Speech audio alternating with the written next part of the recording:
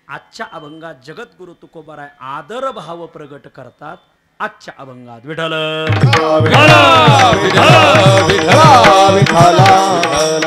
अभंगावर काही विवेचन करण्यापूर्वी 2 शब्दाचा अल्पसा परिहार देणं अत्यंत अगत्य आहे.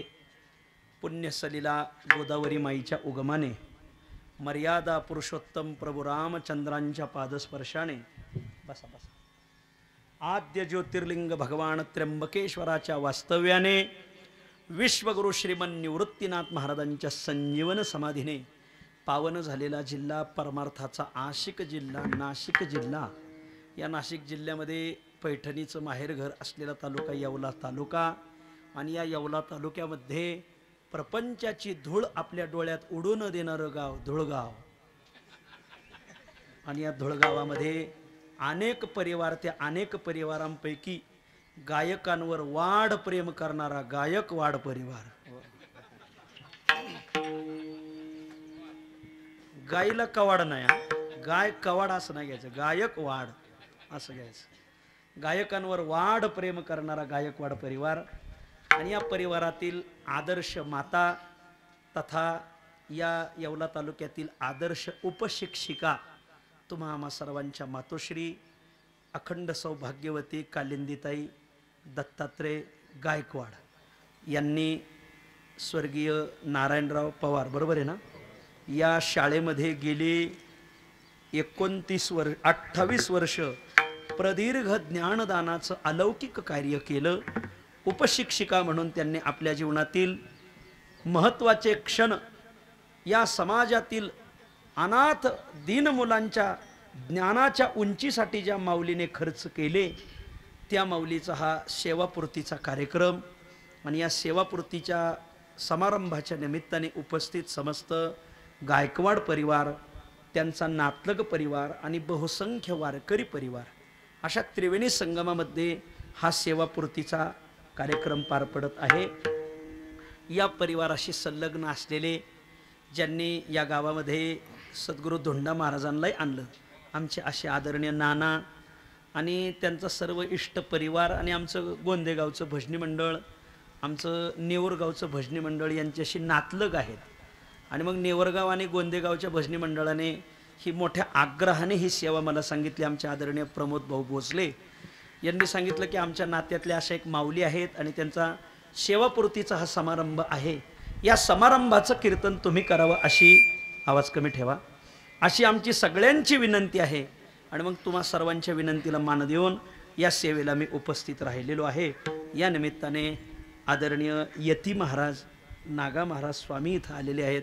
स्वामींसाठी एकदा सर्वांनी जोरदार टाळ्या वाजा.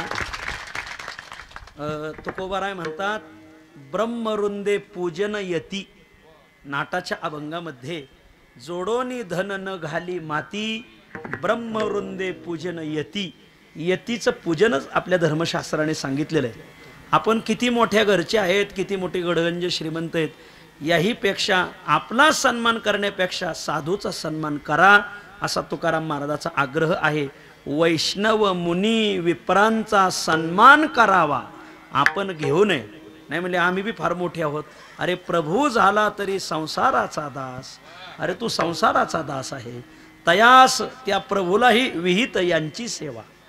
कारण यांच्या तुझ्या सत्काराने लोकाला आशीर्वाद प्राप्त होणार नाही, पण संन्यासाच्या साधू संताच्या आशीर्वादाने समाजाचं कल्याण होणार आहे. तो का म्हणे ते हे आशीर्वादे बळी, आणि जो यांना डिलीट करायला जाईल तो छळी नरकामध्ये. साधू संघ राहत असताना एवढा मग डोळ्यापुढे हे नसतं. यतीचं नाही वर्णन चाललं, ह्या वारकऱ्यांचंही हेच वर्णन. हा नियम सगळ्यालाच लागतो. वैष्णव मुनी विप्रांचा सन्मान करावा, आपण घेऊ नये. या निमित्ताने आदरणीय यती महाराज आलेले आहेत. आपल्या नाशिक नगर जिल्ह्याची गानकोकिळा आदरणीय रोहिदास महाराज जगदाळे, आदरणीय योगेश महाराज, आमच्या वारकरी शिक्षण संस्थेचे आदर्श कीर्तनकार माझे छोटे गुरुबंधू गोरक्ष महाराज, या भागातील लोकनेते, परमार्थ आणि व्यवहाराची समतोल राखणारे आदरणीय विठ्ठलांना शेलार, आदरणीय गोरखाबा पवार, आमच्या आळंदी पंढरीचे महिना वारकरी माणिकबुवा शेळके ठाणगावकर, आणि तुम्ही सगळी गावगावची मंडळी, गोळेगाव, गोंदेगाव, वाहेगाव, दहेगाव, नेवरगाव, जळगाव, पुरणगाव, धुळगाव, सांगा अजून मरळगोई आमचे जगताप आहेत ना सगळे जगताप परिवार सगळा आहे आज. असे पुरणगाव झालं की तिथे येणारच महाराज. पुरणगाव घेतल्याशिवाय पुरणाच्या पोळ्या खाता कशा आहेत ना आपल्याला. आणि त्या पुरण शिजवायला खाली जळगावचा जाळ लावाच लागेल ना असं आहे. आणि त्या पुरणाचे सगळे गोळे गाव करूनच आपल्याला पोळ्या लाटावं लागतात ना. अशी सगळी मंडळी या भागातली आहेत. आमचे आदरणीय समाधान महाराज पाटील यांचे वडीलही आज आलेले आहेत, दुरून आलेले आहेत वंजारवाडीहून. अशा तुम्हा सर्वांच्या चरणी मी विनम्र भावने नमस्कार करतो. दोन्ही उत्कृष्ट मृदंगाचार्य सर्वांच्या चरणी मी विनम्र भावने नमस्कार करतो. काहीशा वेळात सेवा आवरतो. ज्यांचा हा सेवापूर्तीचा कार्यक्रम आहे, या माईने जन्मभर ज्ञानदानाचं कार्य केलं. उपशिक्षिका म्हणून त्यांनी गेली 28 वर्ष आपल्या जीवनातले अमृतमय क्षण विद्यार्थ्यांच्या ज्ञानाच्या उंचीसाठी खर्च केले. आपल्या उपनिषद अशी सांगतात की ज्ञानदान करणारा महात्मा जरी त्याला या जन्मात आत्मबोध प्राप्त झाला नाही, जरी त्याला मुक्ती प्राप्त झाली नाही, तरी तो नरकाला जात नाही. का बरं? ज्ञानदानाचं पवित्र कार्य आहे ना. नाही ज्ञानेन सदृशम पवित्रमिह विद्यते. ज्ञानासारखं पवित्र कार्य, ज्ञानदानासारखं पवित्र कार्य कोणतंच नाही. अन्नदान हे 2 नंबरचं आहे, ज्ञानदान हे 1 नंबरचं आहे. अन्नेन क्षणिका तृप्ती ही यावत जीवमच विद्यया. अन्नाने क्षणभर तृप्ती प्राप्त होते, पण ज्ञानाने आत्यंतिक तृप्ती प्राप्त होते. मला अन्नाने तृप्ती प्राप्त होते तिला सांकुशा तृप्ती म्हणतात, आणि ज्ञानदानाने तृप्ती प्राप्त होते तिला निरंकुशा तृप्ती म्हणतात. सांकुशा विषय तृप्तीर रियम तृप्ती निरंकुशा कृतम कृत्यम प्रापनीयम प्राप्तमित्येव तृप्यती. याच्यासाठी तृप्तिदीप नावाचं प्रकरण आहे. 300 श्लोकाचं प्रकरण आहे.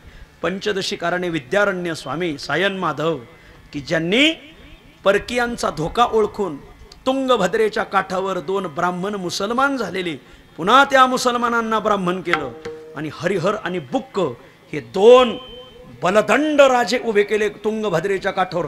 विजयनगरचं साम्राज्य उभं केलं.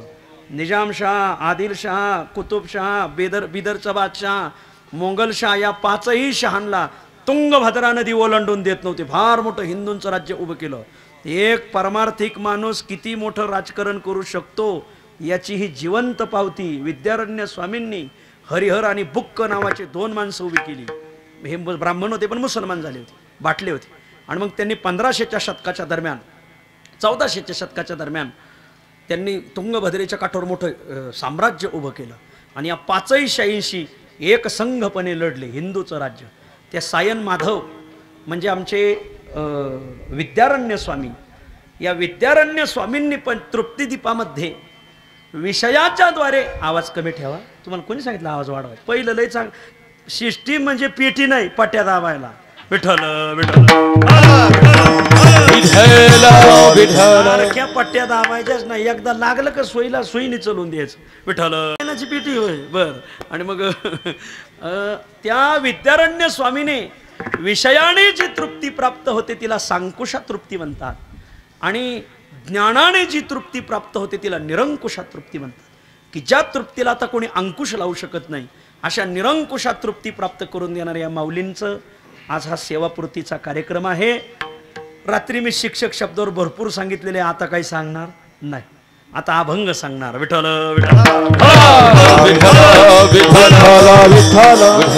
एकच वाक्य सांगतो. पोरं किती बी 4G असले तरी हे गुरुजी आहेत. 4G वाल्याला गुरुजी कधीही भारीच भरणार. विठ्ठल विठ्ठल. आणि मग अशा या माऊलीने जन्मभर ज्ञानदानाचं कार्य केलं. अशा या माऊलीला सर्वांनी आपल्या गुरुजी म्हणून, गुरुमाता म्हणून अंतःकरणामध्ये स्थान दिलेलं आहे. आणि अशाच व्यक्तीचा आज आपण विचारपूस करण्यासाठी इथं सर्व आलो आहोत. मग मी अभंगच असा घेतलाय की आमच्या मनात वसलेल्या वारकऱ्यांच्या विषयी आजच्या अभंगात तुकोबराय विचारपूस करतात. विठ्ठल मनी वसे त्याचे आवडे उत्तर वाटे समाचार घ्यावा ऐसे जातीचे ते झुरे एरएरासाठी वियोगे हे तुटी निघे कधी. आपल्या भारतीय तत्वज्ञानामध्ये मनोविज्ञानाची शाखा मानलेली. विठ्ठल आपल्या ऋषीमुनींनी लिहिलेलं संस्कृतातलं ज्ञान आणि आपल्या साधू संतांनी लिहिलेलं मराठी प्राकृतातलं ज्ञान, या संस्कृत आणि प्राकृत वाङ्मयामध्ये तुम्हाला सगळे विज्ञानाचे स्वर दिसून येते. तुम्ही फक्त आत्मसन्मुख होऊन या वाङ्मयाकडे पहा, आदराची भावना म्हणून पहा. ज्या विज्ञानाच्या शोधाचा तुम्हाला कधी शोध लागला नाही, त्याही विज्ञानाचे शोध तुम्हाला या वाङ्मयात दिसून येतील. चित्रपट इकडून कॅमेऱ्याने टाकलेलं चित्र तिकडं भिंतीवर उमटतं, ही संकल्पना 1200च्या शतकात ज्ञानोबरायाने लिहिली. चित्रपटाचं विज्ञान ज्ञानोबराय लिहितात. कुठून आलं हे? ज्ञानोबराय म्हणतात, जे तर संसार चित्र उमटे तो मनोरूप पट फाटे. पट म्हणजे चित्र दिसणारा पट. ज्ञानोबरायला काय माहिती होतं की चित्र पटावर दिसतं म्हणून? ज्ञानोबराय तर 16व्याच वर्षाचे. वास्तविक पाहता हे वरीच चांगलं नाही, धोक्याचं म्हणून आपल्या जुन्या लोकांनी अनेक वेळा वाङ्मयाने सांगितलेलं आहे. तरीही माझ्या ज्ञानदेवांनी चित्रपटाचा शोध सांगितला. जेथ संसार चित्र उमटे तो मनोरूप पट फाटे, सरोवर आटे मग प्रतिमान आहे. चित्रपट आळंदीमध्ये एक कीर्तनकार आहेत, त्यांनी एक नाटक काढलं आणि नाटकाचं प्रकाशन ठेवलं आणि प्रकाशनाला आम्हाला बोलवलं आणि मला विषय दिलता संत वाङ्मयातील चित्रपट. मला विषय दिलता. मी ज्ञानेश्वरीतल्या सगळ्या ओव्या काढल्या होत्या चित्रपटाच्या. मी ओव्या सांगायचो. आदरणीय अभय टिळक ज्ञानेश्वर महाराज संस्थांचे अध्यक्ष होते त्यावेळेस. फार मोठा माणूस आहे संत ज्ञानेश्वर अध्यासनाचे प्रमुख येते. हे अध्यासन शब्दच तुम्ही आज ऐकला असेल एखाद्या वेळेस. विद्यापीठामध्ये अध्यासन असते. पुणे विद्यापीठामध्ये संत ज्ञानेश्वर अध्यासन आहे आणि त्या संत ज्ञानेश्वर अध्यासनाचे प्रमुख आदरणीय अभय टिळक सर ते संस्थांचे अध्यक्ष झाले होते अनायास. त्यांनी ज्यावेळेस ज्ञानेश्वरीतली चित्रपट संकल्पना ते असे टाळ्या वाजायचे आणि माझं व्याख्यान झाल्यावर मला अशी कडकडून मिठी मारली मला. मी म्हणलं मी 12वीच पास गडी, पण जे तुम्हाला सापडायचं नाही ते मी शोधून देईल बघा, कारण गुरुकृपा भक्कम आहे. विठ्ठल ज्ञानोबरायाने चित्रपटाचं विज्ञान मांडलंय. ज्ञानोबराय सांगतात सूर्य स्थिरच आहे, पृथ्वी त्यावरती फिरते, पण आपल्याला सूर्य फिरल्यासारखा वाटतो. उदो असतोचेनी प्रमाणे जैसे न चालता सूर्याचे चालणे, न चालता सूर्याचे चालणे. सूर्य चालतच नाही पण लोकाला सूर्य चालल्यासारखं वाटतोय. कोणी मग विज्ञान मांडलं? ज्ञानोबरायाने. विजेच्या शोधाचं विज्ञान कोणी मांडलं? पाण्यापासून वीज तयार होती. जगात कोणाला माहित नव्हतं ते वारकरी संप्रदायाने जगाला माहिती करून दिलं. उदकाचेनी आवेशे प्रगटले तेज लखलखित दिसे, ते विजू माझी असे सलील काही. वेदांताचा अन्वय व्यतिरेक सांगत असताना ज्ञानोबरायाने हा दृष्टांत दिला नाही. अन्वय व्यतिरेक तुमच्या डोक्यावर नाही, फार मांडवून जाईल, मी सांगणार नाही तो, पण मी दृष्टांतच ऐका. ज्ञानेश्वरीतल्या दृष्टांतात विज्ञान आहे. बाष्पीभवनाचा सिद्धांत ज्ञानोबरायाने सांगावा. बाष्पीभवनाचं विज्ञान. मी सूर्याचे निवेशे तपे, मी सूर्याच्या वेशाने तापतो. तै हे शोषे, म्हणजे हे पाणी शोषतं आणि त्याचं वाफेतून ढगाच्या रूपात रूपांतर होतं. पुढती इंद्र होऊनी वर्षे, इंद्र म्हणजे ढग, आणि मागुती तै भरे, याला म्हणायचं बाष्पीभवनाचा सिद्धांत. ज्ञानेश्वरीतील विज्ञान, तुकोबरायाच्या गाथेतील विज्ञान, आपलं सर्व वाङ्मय विज्ञानमय. मग तुम्ही म्हणाल महाराज मग आम्ही मागास वर्गात कसं काय राहिलो? घोटाळा असा आहे की विज्ञान हे भाषेचा प्रभाव. काय झालंय सध्या आपल्यावर इंग्लिश भाषेचा एवढा प्रभाव झालाय. आपण इंग्रज आळलोत. इंग्लिश भाषेमध्ये अज्ञान सांगितलं तरी आपल्याला ते विज्ञान वाटतं, आणि मराठी आणि संस्कृत भाषेत विज्ञान जरी सांगितलं तरी ते आपल्याला अज्ञान वाटतं. कारण सध्या आपल्यावर प्रभाव इंग्लिशचा आहे. आपण पाहतोत इंग्लिश, बोलतोत इंग्लिश, वाचतोत इंग्लिश, घेतोत आपलं म्हणजे इंग्लिश. असं सध्या आपल्यावर इंग्लिश भाषेचा प्रभाव घेतोत. म्हणजे आहेत ना काही मागं बसलेले, त्यातले त्याही शाखेचे काही मुकादम असतीलच असं सांगायचं मला. आपल्यावर इंग्लिश भाषेचा एवढा प्रभाव झाला आहे, त्यामुळं आपल्याला मराठी भाषेतलं आणि संस्कृत भाषेतलं विज्ञान अज्ञान वाटतंय आणि इंग्लिश भाषेमधलं अज्ञान विज्ञान वाटतंय. विठ्ठल. पण असा कोणी गैरसमज करून घ्यायचा नाही की आमचं संस्कृत वाङ्मयात विज्ञान नाही, आमच्या प्राकृत वाङ्मयात विज्ञान नाही. असा कोणी गैरसमज करून घेऊ नका. हा तुमच्या जीवनातला दैव दुर्विलास ठरल.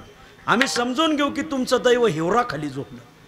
तुमच्या जर दैवाने उचल खाल्ली असेल तर तुम्हाला संत वाङ्मयातलं विज्ञान शोधायची सद्बुद्धी देवाने द्यावी. विठ्ठल. काय सांगताय महाराज? हो, आम्ही तर आतापर्यंत तुम्हाला सगळ्याला टाळकुटीच समजित होतो. हे काही शेंगदाणे आहेत का कुटायला? टाळ वाजवतात, कुटीत नाही. ही आमची चूकच दिसते. तुमच्या कोणत्या बरोबरी आता आम्ही चुका सांगावा? सगळ्या चुकाच आहेत. बर, सर्व वाङ्मय आपलं विज्ञाननिष्ठ आहे. आपल्या सर्व वाङ्मयामध्ये विज्ञानाचे स्वर दिसून येतील. सांगा सांगा कुठं कुठं विज्ञान आहे? तर आपल्या धर्मशास्त्राने पाण्यात विज्ञान सांगितलंय. आपल्या धर्मशास्त्राने प्राण्यात विज्ञान सांगितलंय. आपल्या धर्मशास्त्राने झाडात विज्ञान सांगितलंय. आपल्या धर्मशास्त्राने डोंगरात विज्ञान सांगितलंय. आपल्या धर्मशास्त्राने देहात विज्ञान सांगितलंय. विठ्ठल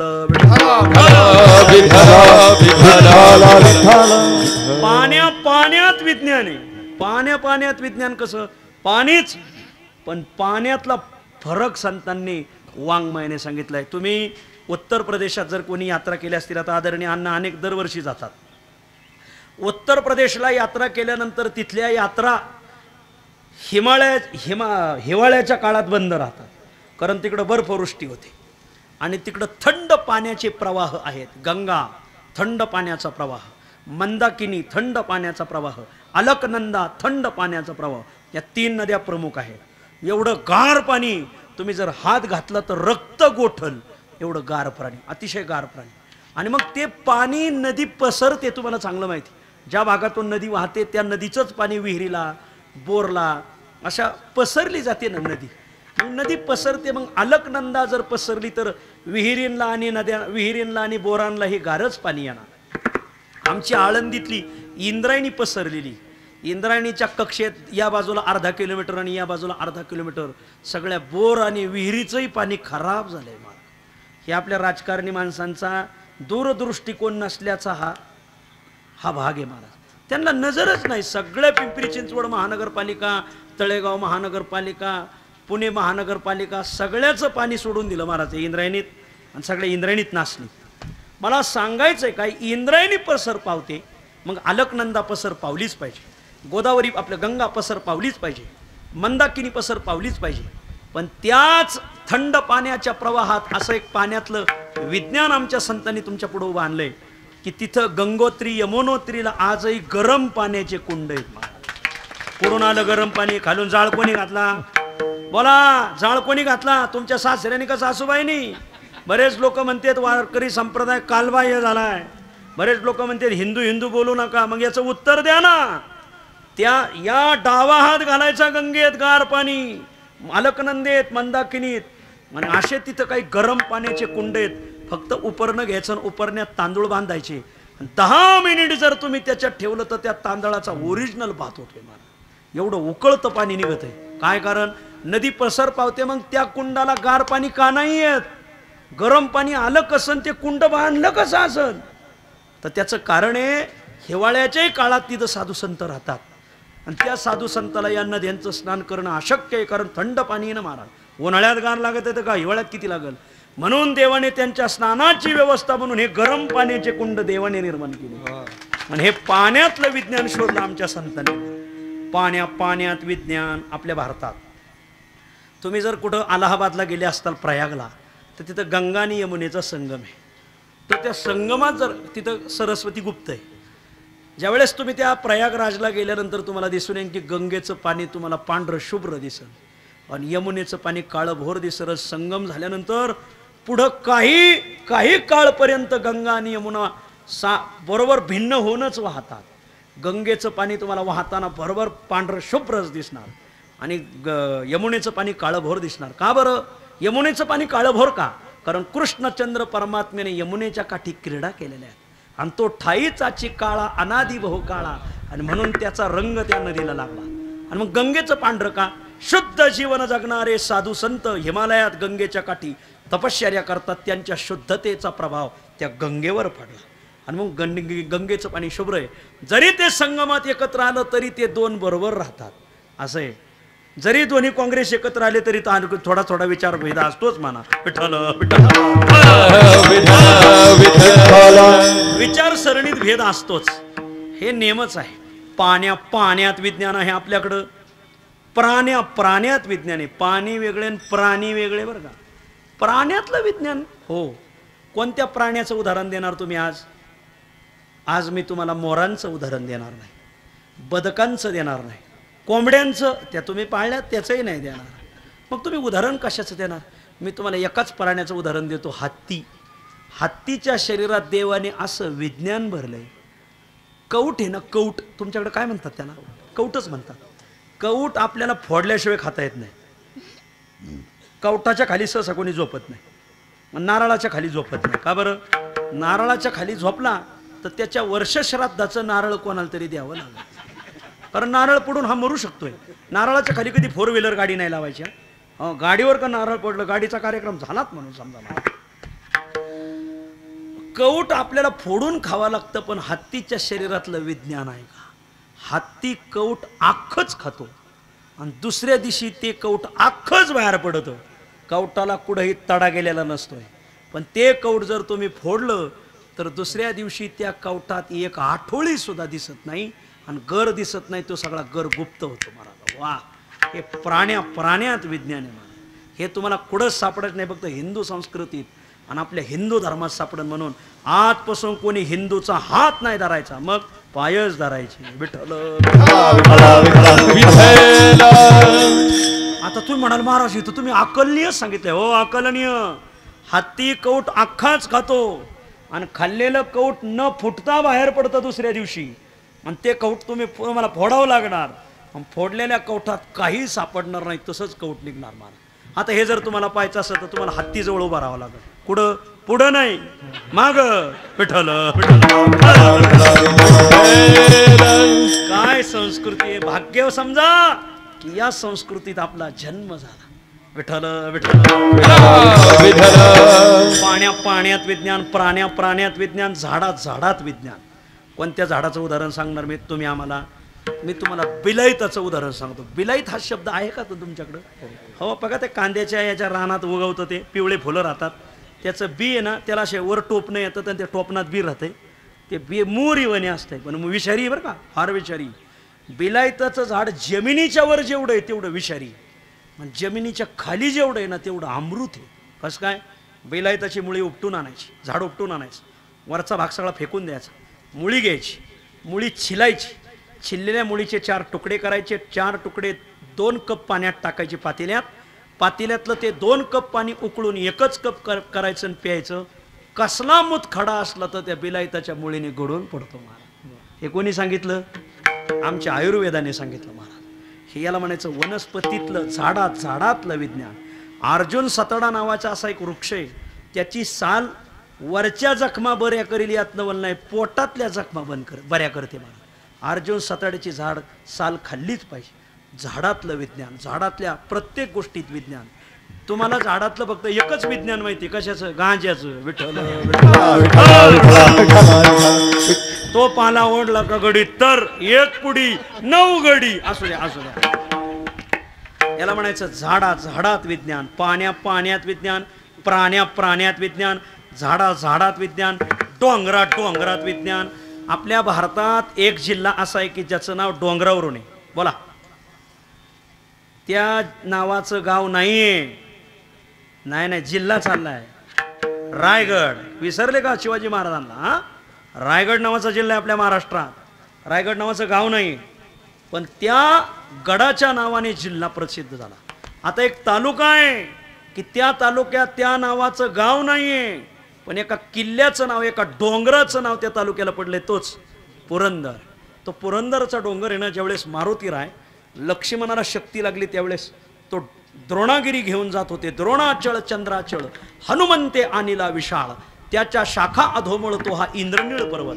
त्या पुरंदरचं नाव आहे. पुरंदर म्हणजे इंद्र, आणि इंद्रनीळ पुरंदर हे समानार्थक शब्द आहे. जसं ज्ञानोबा आणि माऊली हे समानार्थक शब्द आहेत, तसं इंद्रनीळ आणि पुरंदर हे समानार्थक शब्द आहेत. त्या पुरंदरच्या डोंगरावर एक सोनबा धनगर राहतो. सोनबा धनगर 2012 साली ते वारले. तर त्या सोनबा धनगर अक्षर शिकलेला नव्हता. करासई तानाशाही या संघटनेचा तो अध्यक्ष होता. पण महाराष्ट्रातून, भारतातून आणि परराष्ट्रातून माणसं त्याच्याकडे औषधी घ्यायला यायचे. मला येत असताना तो सांगायचा रिकामी बिस्लरी घेऊन या फक्त. मग त्या माणसाचं रोगाचं निदान करायचा आणि तो त्या डोंगरावर चढायचा, डोंगरातून वल्ली आणायचा, वाटायचा, त्याचा रस काढून एका बाटलीत द्यायचा आणि एवढा घ्या. आपल्या महाराष्ट्राचे माजी मुख्यमंत्री आदरणीय शरदचंद्रजी पवार यांनी सुद्धा त्यांच्याकडून औषध घ्यावं. केवढा उंचीचा माणूस असेल. एक अक्षर शिकलेला माणूस नाही. हो, इंदिरा गांधी, पंडित नेहरू त्या माणसाकडे औषध घ्यायला जायची. त्या डोंगरात विज्ञानाचं आहे महाराज. विठ्ठल एक अंकाळी डोंगर आहे काय आपलं असं विज्ञानमय डोंगर आहे. याही डोंगराचं विज्ञान आहे. पण ते आता वंजारवाडीवाल्याने सांगा, आम्हाला सांगता नाही येणार. त्या डोंगरावर तो ठेंगा का आलाय कोणास ठाऊक. कोणी आलं तर त्याला विठ्ठल ऐका ऐका ऐका. डोंगरात विज्ञान आणि शरीरात विज्ञान. आपल्या पायात विज्ञान दडलंय, हातात दडलंय, कानात दडलंय, डोळ्यात दडलंय.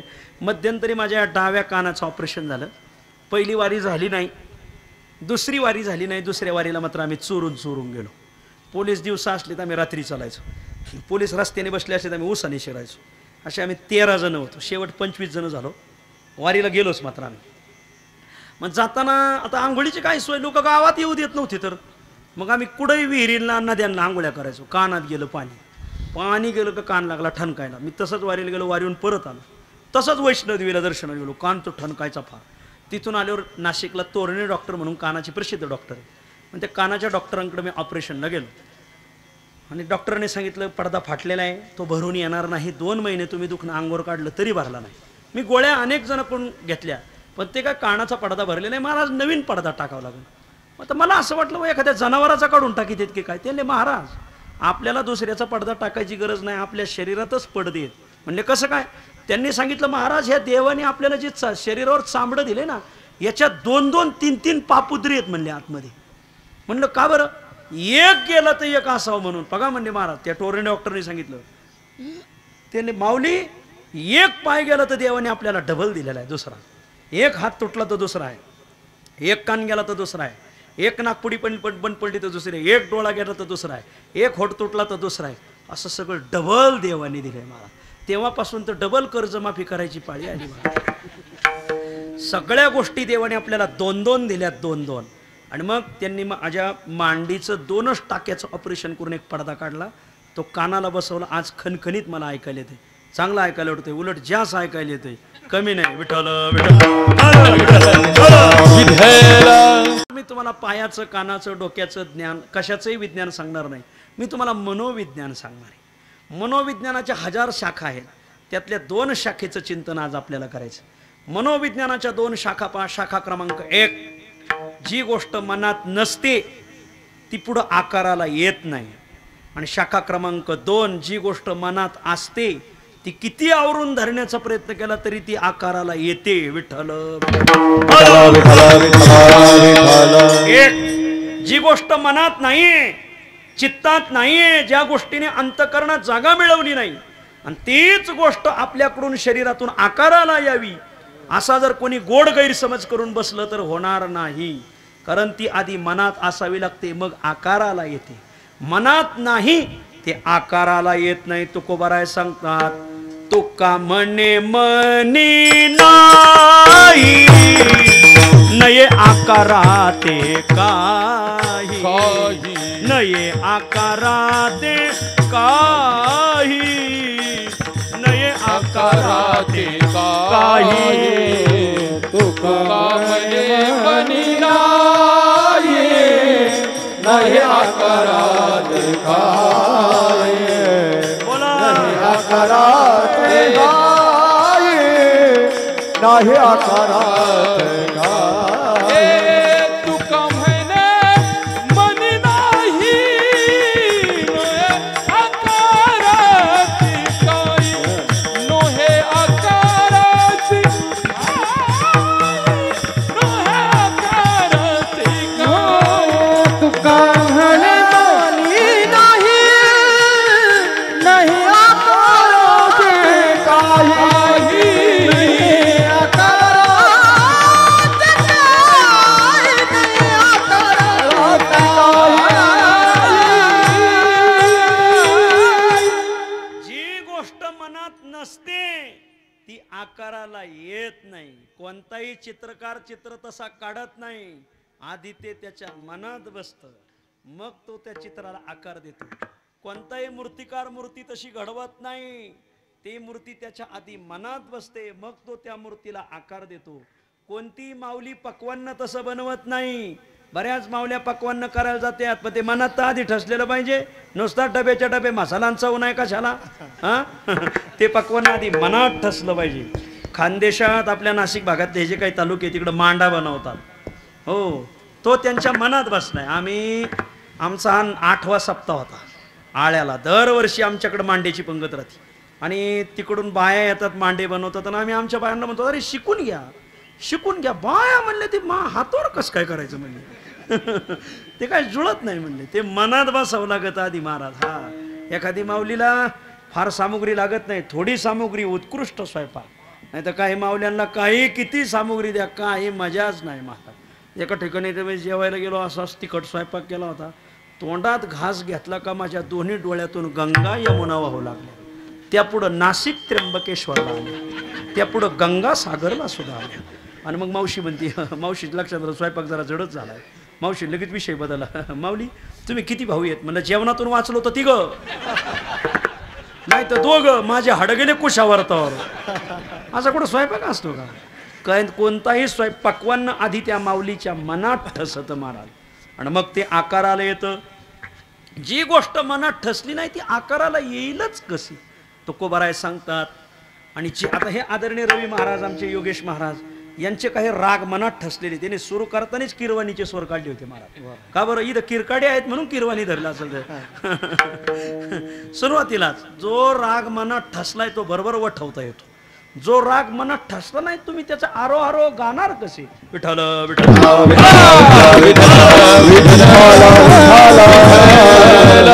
दोघंही तर माऊली वाजवतात, आमचे महाराज वाजवतात. कोणताही बोल आधी त्यांना मनात ठसावा लागतो मग तो आकाराला येतो. कोणताही कीर्तनकार आधी तो अभंग त्याच्या मनात ठसतो, ते चिंतन मनात ठसतं मग ते आकाराला येतं. मनात जर ठसलं नसत मग पानाला पान चिटकतं महाराज. असू द्या. आणि मग ज्ञानेश्वर माऊलीवर विठोबा रोखमाईर जातो तर विठोबा रोखमाईर कधी कधी ज्ञानेश्वर माऊलीवर होतो महाराज. हे त्याआधी ठसावं लागतं. शरद हे ध्यानात धर बाबा. विठ्ठल कीर्तनकार होणं सोपं नाही, ज्याचं जळत त्यालाच कळत. सोपं नाही महाराज. ऐका मला सांगायचं काय, मनात जर नसल तर ते आकाराला येत नाही. आणि जी गोष्ट मनात ठसलेली असते आवडे ते वृत्ती किरटी आधी मनवणीची उठी मग ते वाचा दिठी करा अशी ज्ञानोबराय म्हणतात. आणि जी गोष्ट मनात असते चित्तात बसलेली असते अंतःकरणात ज्या गोष्टीने जागा केलेली ती गोष्ट किती आवरून धरण्याचा प्रयत्न केला तरी ती बाहेर येतेच. धरिता ही परी आवरे धरिता ही परी आवरे ना धरिता परी आवरे अंतरीचे धावे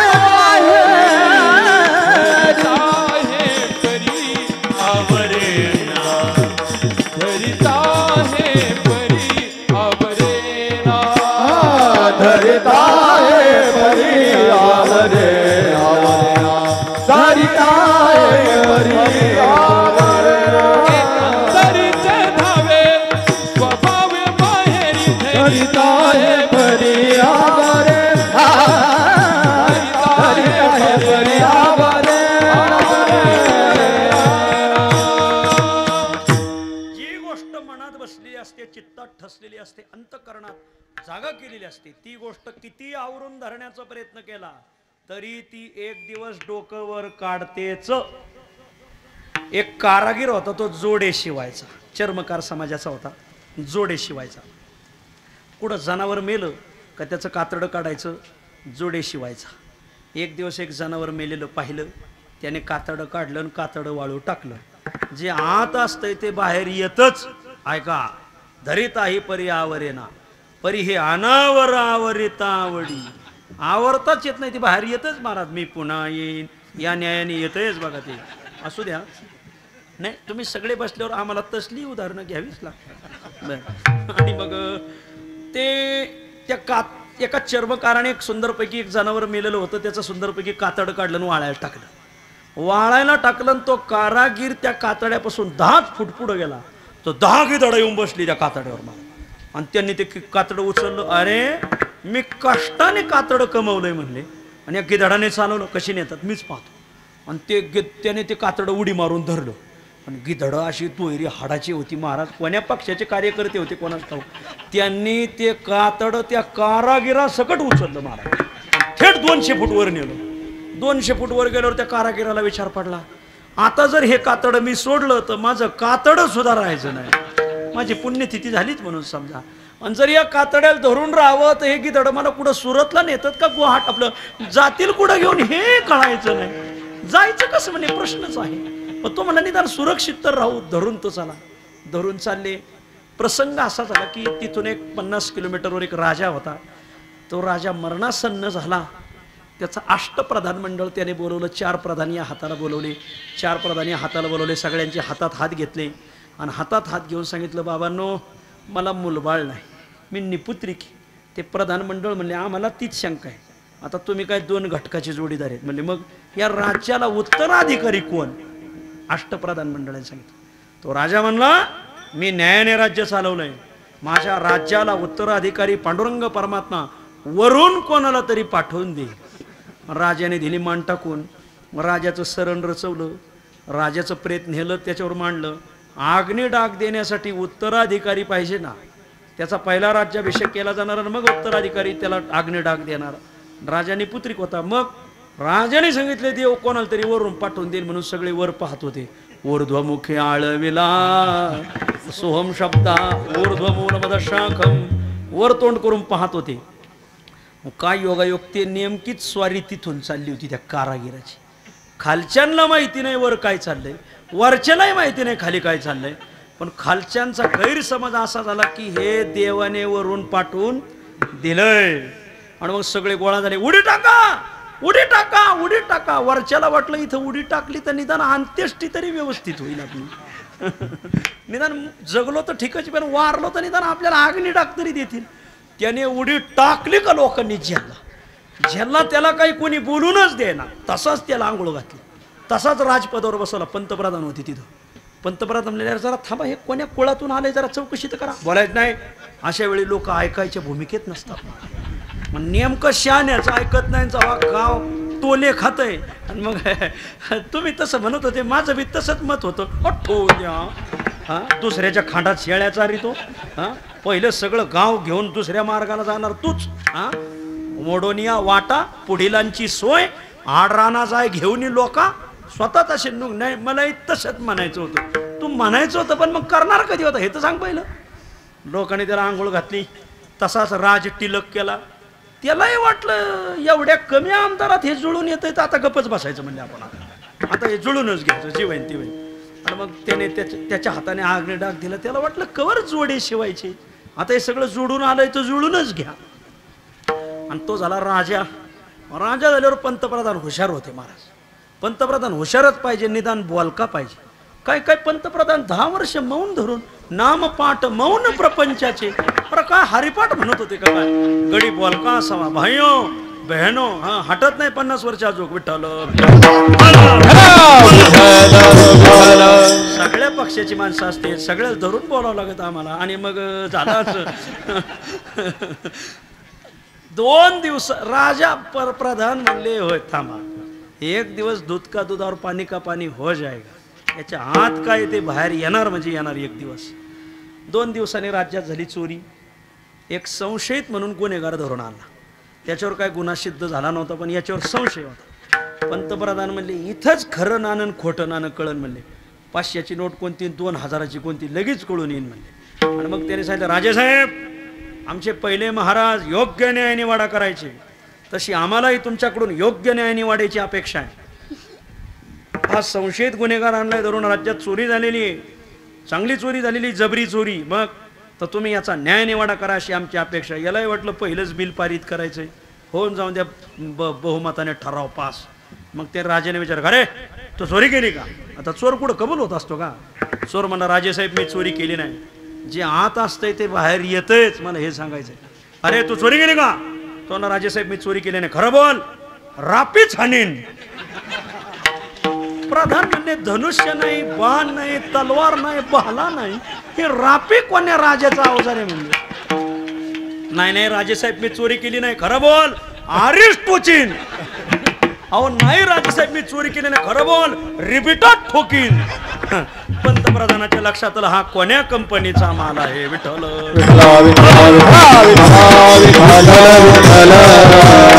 हे मनोविज्ञान आहे. जी गोष्ट मनात असते, चित्तात असते, अंतकरणात असते, ती एक दिवस बाहेर येतेच. मग सांगा बरं महाराज कोणाच्या मनात काय आहे म्हणजे ते बाहेर आलेलं आम्हाला कळलं. तर ते कोणाच्या मनातलं आम्ही कसं सांगणार? हा कोणाच्या मनात काय? कोई किसी में मगन, कोई किसी में मगन, जिसका हुआ लगन वो उसी में मगन. कोणाच्या मनात काय असेल? अहो यार काय गोरख हे काय शूटिंग करायचं?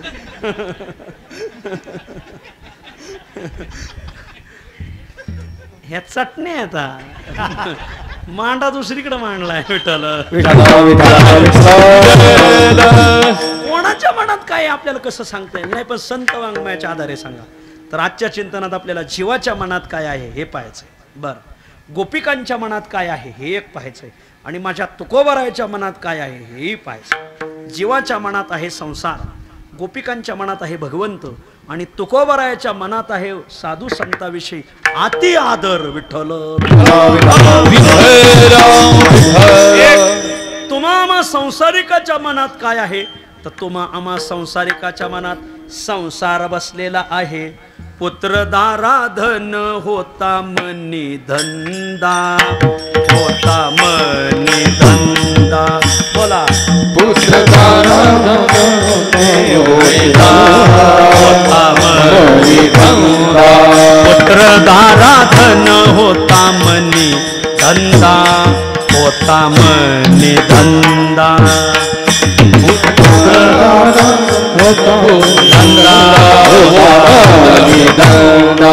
गोवियलो सदा होतो कामे, होतो कामे.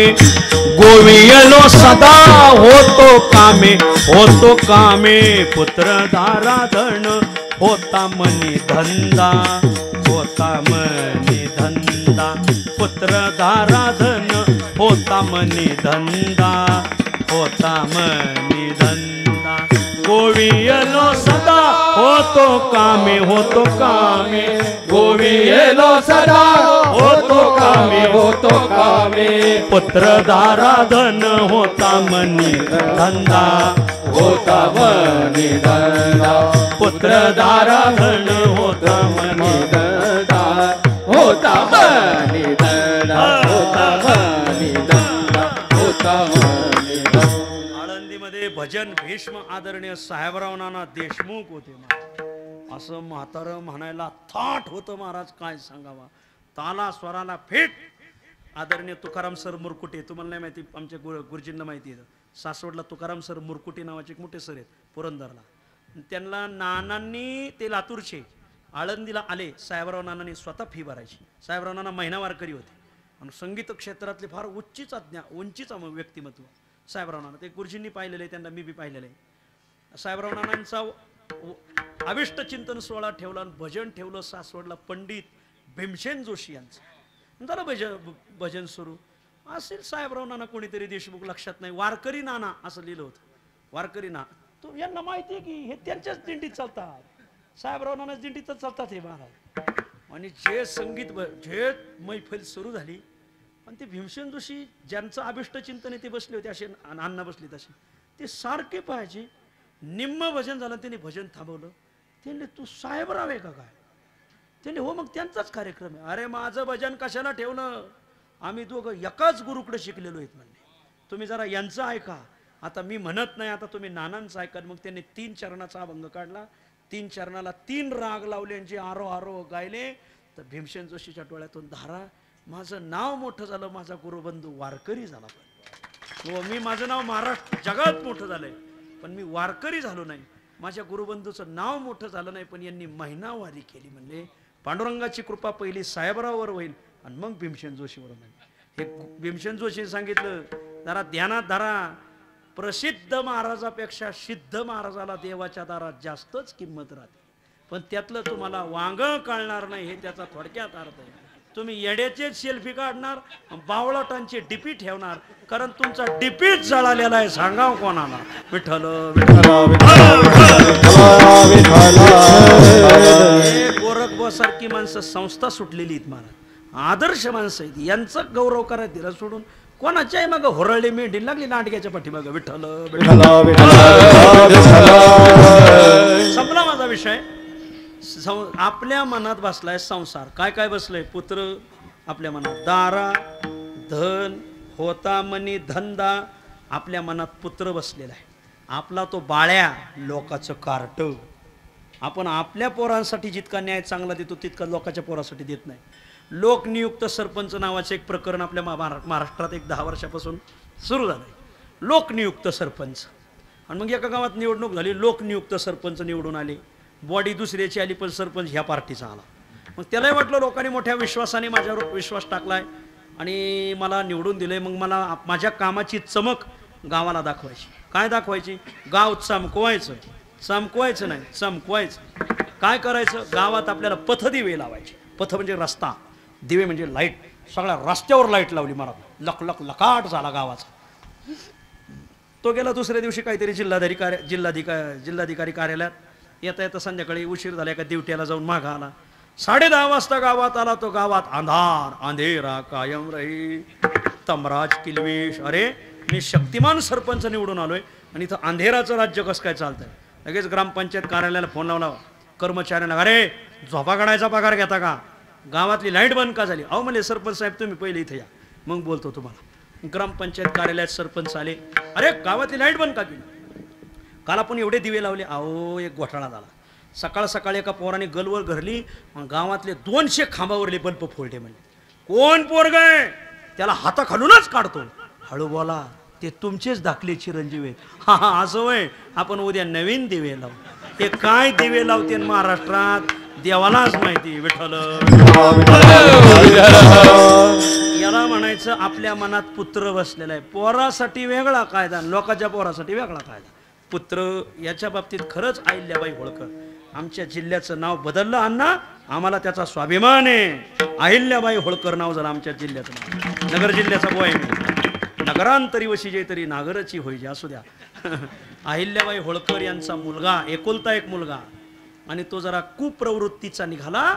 अहिल्याबाई होळकरने त्याला हत्तीच्या पायाखाली दिला, हे विसरू नका. म्हणून त्या माऊलीचं आज 300 वर्षानंतर त्या माऊलीला न्याय भेटला. नगर जिल्ह्याला नाव भेटलं. महाराष्ट्रात सर्वात मोठा जिल्हा आहे नगर जिल्हा. हो, त्या माऊलीने आपलं पोटचं पोरग कुप्रवृत्तीने वागतोय, हत्तीच्या पायाखाली दिलं. विठ्ठल सरकारला धन्यवाद. अशी नावं दिलीच पाहिजे. त्या अहमदचा काय आदर्श घ्यायचा? त्याला 700 बायका होत्या. किती? 700. घ्यायचा का त्याचा आदर्श? अरे एक भेटाना 700 गावा भेटायचं. विठ्ठल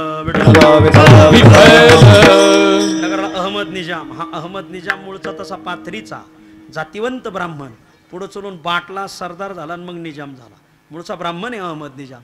अभ्यासाशिवाय बोलायचं नाही. उगा मोघम नाक खुपसायचं नाही. लोक नाकच दाबीत येईल. अभ्यास पाहिजे. विठ्ठल ऐका, आपल्या मनात पुत्र बसलाय. पुत्र. काहीच्या मनात दारा बसलेली. दारा म्हणजे पप्याची आई. तिला दारा का म्हणतात? ती मालकाला कधी कधी दारा बाहेर काढी ती, म्हणून दारा. तिचा दरारा तसा, म्हणून दारा. काहींच्या मनात दारा बसलेले. धन दारा पुत्र जन. बर. बायको काहींच्या मनात बसलेली असते आणि मग तसाच मन त्याचा आकार धारण करतं. एक जण जेवायला बसला. त्याची आई त्याला वाढत होती. घास घेतला, वरण केलं होतं. आई काय केलं हे? आई म्हणजे वरण. वरण धोरण आहे का म्हणले या वरणाला? मरण आलं वरण खाता खाता. असं कुठं वरण असतं का? आई म्हणली बाळ्या हळू बोल, तुझ्याच बायकोने केलंय. असं होय? पातळणे तळे पण चवदार आहे. असेच बेचव आमच्या कीर्तनाला राहते. तर काय चवदार सांगत आहे त्यांना. सगळे असल्या गळालेलेच आंबे आमच्या कीर्तनाला मारा. बायको म्हणलं का कसा निर्णय बदलला बघा ना. एक जणाची आई दारात बसली होती. दुपारी 2 वाजता तिचा मुलगा रागाने फणफणत आला. पठ्ठ्याने काम करायचं, घराने तुकडे मोडायचे. 2 वाजले तरी माझी अजून भाकर रानात आली नाही. बेतच पाहतो एकेकाचा रागाने फनफनल्या नागासारखा आला. आईने पहिलं मुलगा फनफनलाय. ती लगेच घरात आली. वय ग ए पोरी, तुझ्या मालकाची भाकर का नाही नेली राहणार? ती म्हणजे हात्या त्या कामाच्या गडबडीत राहून गेली. तो बघ नागासारखा फनफनत आलाय. आता दोघीची खरडपट्टी. सुनबाई म्हणले आत्या तुम्ही त्याची काळजी करू नका, त्यांना एका मिनिटात आईस्क्रीम करते. कोणत्या शाखेचं कूलर आहे देवालाच माहिती, कोण्या शाखेचं फ्रीज आहे देवालाच माहिती. मग तुम्ही काळजी करू नका, तुम्ही फक्त तोंडाला राहू नका. मग तुम्ही आत्या आत्या आत्या आत्या जरा आत्या आत्या आत घातली आणि ही बाहेर गेली. तो तिकडून राग वैताग आला. 2 वाजले मला अजून भाकर नाही. पद्धत आहे का म्हणजे मीठ कष्ट करतो तुम्ही तुकडे मोडिता ना आईच्या पिठावर रेखा वडिता. जी बायको कंबर पदर कमराला खोसला. काय म्हणणं आहे तुमचं? जी बायको धावली वीज काढावी तशी. तो तिकडून म्हणला काय नाही तू होय मी पाहिलंच नाही, मला वाटलं दुसरंच कोणी ठेवून द्या. खंडीशी वाजा आपल्या असं का निर्णय बदलला? कारण दारा मनात बसलेले. काहींच्या मनात पुत्र दारा, काहींच्या मनात धन बसलेले धन. आणि मग सारखे सकाळी उठल्यापासून संध्याकाळी झोपेत जाईपर्यंत धन धन धन धन धन करतात. एक दिवस पेपरला बातमी येते त्यांचं निधन झालं. म्हणजे निर्गतम धनम असं मला म्हणायचं. काहींच्या मनात पुत्र बसलाय, काहींच्या मनात दारा बसली, काहींच्या मनात धन बसलंय, काहींच्या मनात धंदा बसलाय धंदा. हा एक दुकानदार मिळाला आणि त्याने फक्त एका वारकऱ्याला सुपारी कातरून खाऊ घातली होती. उभे आहे सप्त्याची पावती बी नव्हती पाडली. लय हाताला जड होता. 7वी पिढी काय खाईल बनग्या खायला ठेवलं होतं त्याने 7व्या पिढीला. आणि मग फक्त एका वारकऱ्याला सुपारी कातरून खाऊ घातली होती. मेल्यावर यमदूत न्यायला आले आणि विष्णुदूत न्यायला. विष्णुदूत म्हणले बघ तू जन्मभर पाप केलंय म्हणून तुला नरकातच राहावं लागणार आहे, पण 1 दिवस वारकऱ्याला तू सुपारी कातरून खाऊ घातली होती ती तर 2 मिनिट तुला वैकुंठात राहायला भेटणार आहे. 2 मिनिट. आणि यमदूत म्हणले मग बाकीचा काळ तुला यमपुरीला. तर आधी 2 मिनिट वैकुंठात जायचं आणि नंतर नरकात जायचं का आधी नरकात जायचं नंतर 2 मिनिट वैकुंठात जायचं सांग. दुकानदार म्हणलं मग धंदा जिथं चांगला चलन तिथं घेऊन सांग. काहीच्या लोकात डोक्यात धंदा वाजलेला आहे. विठ्ठल आळंदीत इंद्रायणीच्या काठावर 10वे भरतात. लय 10वे असतात. कधी गेले तर पहा, नाही मग शेवटी नेऊ तुम्हाला तिथं. आणि मग एका महाराजाचा 10वा होता तिथं. मला सोलापूरला कीर्तन होतं. सोलापूरचं 9 ते 11 कीर्तन तिथंच 12 साडेबारा झाले आणि येता येता मला 5 साडेपाच झाले आळंदीत. त्या आमच्या गुरुबंधूचा लावा. दशक्रियाविधी 7:30ला सुरू झाला आणि 7:30 ते 8:30 प्रवचन झाले का महाराजाचं. आम्ही सगळे 200 महाराज होते. महाराज मोठे होते तिचे वारले होते ते. आणि जो 100 गावचे सप्त्याचे संयोजक ते 10व्याला आले होते. इंद्रायणीच्या काठावर मोठा 10वा. आणि 10 कावळे आले पिंडापाशी येऊन बसले. ते पिंडाकडे बघायचे आणि सप्त्याच्या संयोजकाकडे बघायचे. पिंडाकडे बघायचे सप्त्याच्या संयोजकाकडे बघायचे. 7:30 ते 8:30 पर्यंत प्रवचन झालं. 8:30 ते 9:30 पर्यंत भाषणं ठोकली लोकांनी. कावळाच शिवाना मला. काय करावं मग त्याची बायको उठली म्हणली महाराज तुमच्या गुरुबंधूला तसा कावळा शिवायचाच नाही. म्हणजे मग ते बघा ते कावळे आलेत तिथं पिंडापाशी. कावळे काय पिंडाला शिवणं ते सप्त्याच्या संयोजकाकडे बघत. म्हणलं काय कारण? म्हणले यांना जरा पाकिटाचा नाद आहे म्हणे. हे ह्या परमार्थात धंदा म्हणूनच आले होते. म्हणजे मग एखादं पाकिट असलं तर तिथं ठेवा लगेच कावळा शिवण. मग ते सोलापूरचं पाकिट खिशात होतंच माझ्या रात्रीचं. मी लगेच काढलो आणि पिंडापाशी पाकिट ठेवलं तर 10च्या 10 कावळे उठले. पिंडावर नाही पाकिटावरच जाऊन बसले. विठ्ठल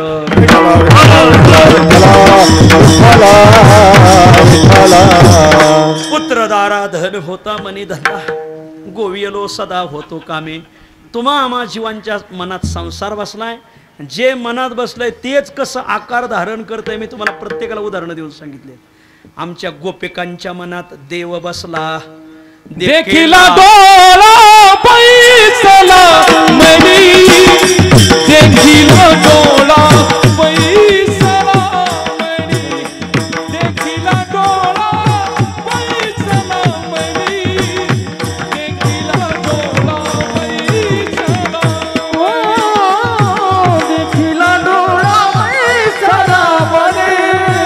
देखिला डोळा पैसला देखिला डोळा पैसला मनी देखिला डोळा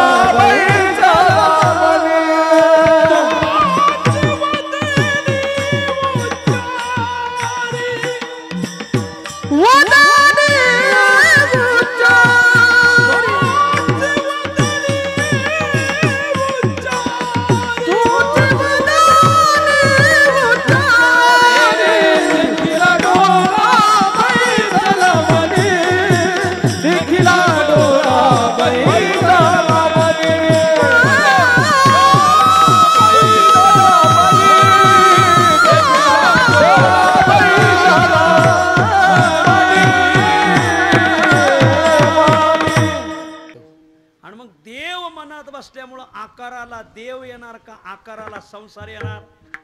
आपल्या मनात देव नाही बसलेला, आपल्या मनात संसार बसलाय म्हणून आकाराला संसारच येतो, आणि त्यांच्या मनात देव बसलाय म्हणून आकाराला देवच येतो. होते तैसे ते उमटले वरी, बाह्य संपादनी अंतरीची चोरी, नाही मर्यादा निसंग पावरी, मन हे गोविंदी देह काम करीव, मन हे गोविंदी देह काम करीव, सरसर परती झालीस आता भांड, सरसर परती झालीस आता भांड. गोपिकांच्या मनात देव बसलाय, मग जसं मनात बसलंय तेच बाहेर उमटतंय. होते तैसे ते उमटले वरी, तुकोबाराय म्हणतात. एक गोपाळ जेवायला बसला, गोपिका त्याला वाढत होती. वाढत असताना त्यांना एक मुलगी होती, मुलीचं नाव होतं हरणी. लय आगस्ताळी कार्टी होती. ती खाली ठेवली टेह टेह टेह रडायची.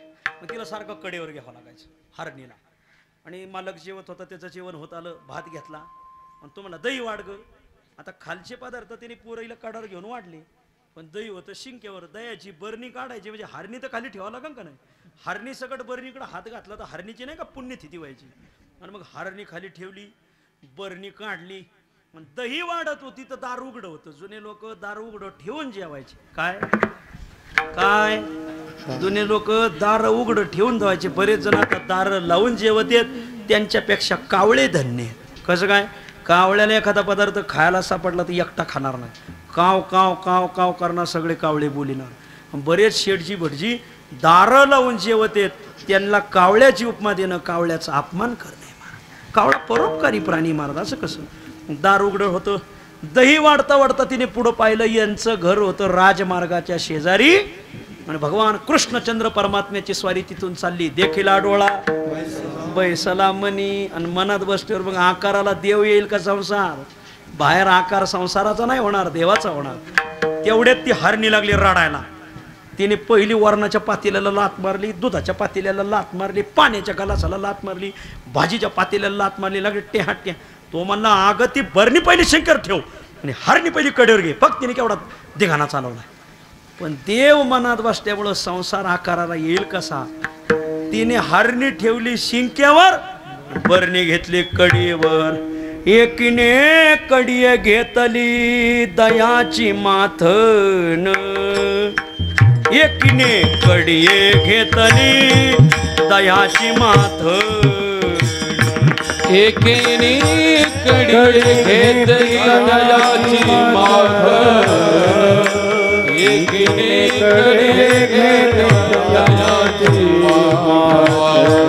बाळक शिंकिया ठेविले जान, बाळक शिंकिया ठेविले जान, बाळक शिंकिया ठेविले जान, बाळक शिंकिया ठेविले जान.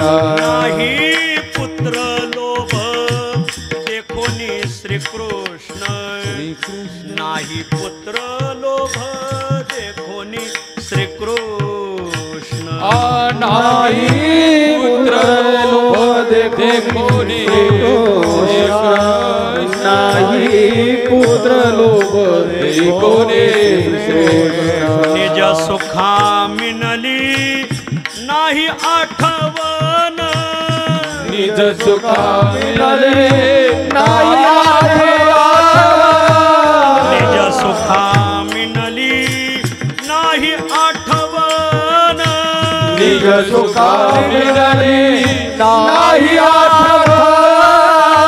आनंदल्या गवळणी हरी आला मथुरेशी, आनंदल्या गवळणी हरी आला मथुरेशी, आनंदल्या गवळणी हरी आला मथुरेशी, आनंदल्या गवळणी हरी आला मथुरेशी, आनंदल्या गवळणी हरी आला मथुरेशी, आनंदल्या गवळणी हरी आला मथुरेशी, आनंदल्या गवळणी हरी आला माधुरे आनंद जागरण हरियाला माधुरे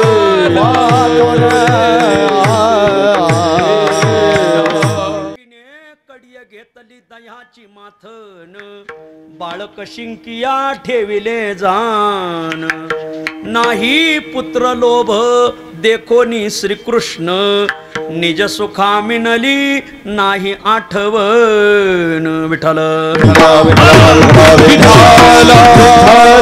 आमच्या मनात संसार बसलाय गोपिकांच्या मनात देव बसलाय तुकोबरायच्या मनात काय बसलंय तर साधू संताविषयी समाजातील चांगल्या लोकांविषयी आदर भाव बसलेला आहे साधू संत हे बघा तुम्हाला साधू होता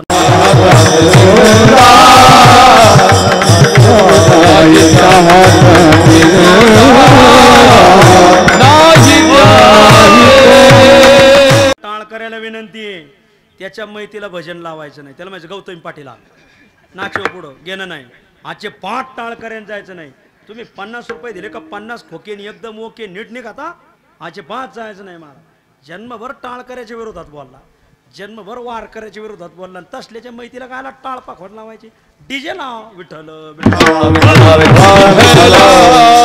आपण एक नाही तो नाही यांना आपण उन्हाला उभे करू तुम्ही एक नाही तुम्ही निमे पिढ्या वाढीतात बरेच वाघ येतं पण वाघिणी घेऊन येत असं द्या आता तुम्ही द्वारणात नाही काय करता आता इथं आपलंच भाटलंय लोकांना काय नाव ठेवायचं विठ्ठल असू द्या ह्याच्याच मुळे मी शूटिंग करू जीवन तुका मने माझा जीवीचे जीवन तुका म्हणे माझ्या जीवीचे जीवन तुका मने माझा